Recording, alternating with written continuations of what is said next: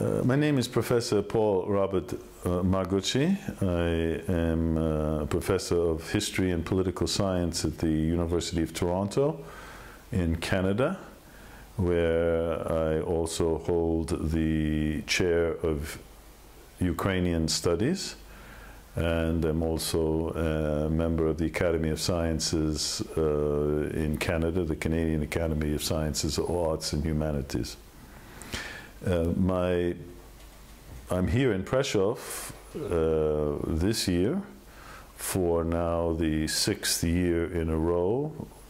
That is every June, because there is in Prešov the International Summer School for Carpatho-Rusin Studies called the Studium Carpato-Rutenorum. And each year I come for a three-week period where I teach a course in the history of Carpatho-Rusins at this International Studium Carpato-Rutenorum. Actually, last year, 2014, was the 100th anniversary of the outbreak of World War I. It was also an anniversary for me because it was half a century that I began to come to Europe. I am born and raised in the United States. I was a student throughout my entire career in the United States. But in 1964, 50 years ago last year, a half a century ago, I began to come to Europe. First in France and in Luxembourg, but in 1967, I came for the first time on a very short visit to Prešov in 1967 for a short visit, actually working for another university in the United States, the University of Minnesota. 1 year later, in 1968, I came to Prešov again, where I was here for 6 weeks, working and assisting people at the University of Minnesota. I was actually, at that time, a PhD candidate at Princeton University, but I was working for this other university. And it was during the time of these 6 weeks in Prešov in 1968 that there was this visit from the East, when close to 500,000 soldiers of the Warsaw Pact intervened or invaded Czechoslovakia. So I actually witnessed the Soviet invasion, Soviet-led invasion of Czechoslovakia. It was also at literally the very same time, a few days before the invasion of Czechoslovakia, that I met a young woman, a dancer in the professional Duklia Ukrainian Dance Ensemble, who subsequently became my wife. But I had first met her just before the Soviet invasion. And so Prešov now had another meaning for me. It had a twofold meaning, a place where I witnessed political change and a place where I found my future wife.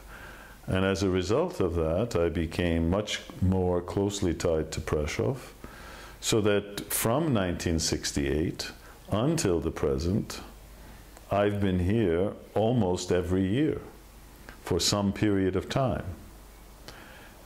And there was a time in my life when probably this would have been in the 1960s, late 60s, 1970s, or early 1970s, that I really only lived in 3 places. And these 3 places were probably one of the most beautiful places in the world. I lived in Princeton, New Jersey, at Princeton University, which is one of the most elegant and elite institutions in the United States. So part of the time I was in Princeton, the other part of the time I was in Prague, doing research for my doctoral dissertation, and the other part of the time I was in Prešov, maintaining relations with this young woman who became my wife. So in a sense, for many years, I lived in 3 beautiful places, all beginning with the letter P: Princeton, Prague, and Prešov. If we're talking about the kind of cultural monuments, historical monuments in Prešov, one must say that the main street in Prešov is probably one of the more attractive streets in all of Slovakia, and one can say in Central Europe. We all know that cities really depend on their city councils and their mayors. Some cities are maintained, others are not. Prešov has had a long tradition, and I saw this still in communist times, of really being very concerned with how the main historic part of the city looks. And your administration, even in communist times, as well as post-communist times, has maintained the very positive look of these beautiful facades that date back to the 16th and 17th centuries.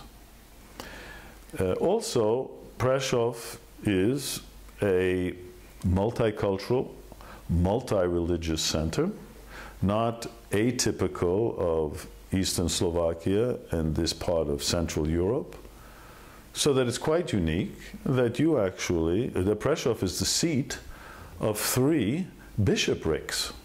It is the seat of a bishopric for the Greek Catholic Church. It is the seat of a bishopric or an eparchy for the Orthodox Church, and it is also a seat of a bishopric for the Lutheran Church, the Evangelical Church. I happen to be myself, for various reasons, raised in a Protestant tradition, so it's quite interesting and unique for me to, on Sundays, not only go to a Greek Catholic church or an Orthodox church, which is part of my professional interest, but also to an Evangelical Lutheran church. With regard to other monuments, Prešov, of course, is unique in that not only it is the only place in the world where there is at the university an institute for the study of Carpatho-Russian language and culture. This is unique in the world, and hence it's a magnet for students and scholars from various parts of Europe and North America, who in fact specifically come to Prešov because of its importance in Carpatho-Russian studies. And then, kind of symbolically, if you will, there is this famous statue done by a very important sculptor, Olena Mondic, in the 1930s, the same famous sculptor who did monumental figures of Tomáš Masaryk.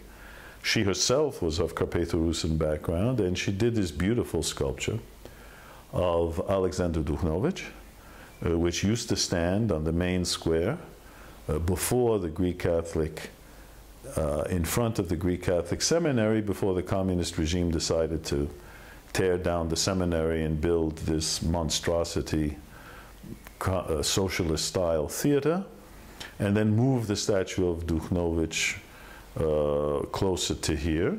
But this is a kind of, if you will, pilgrimage site for Carpatho-Russians worldwide to come to this great statue of Alexander Duchnovich and pay their tribute to the Narodny Buditelj Karpatských Rusinov.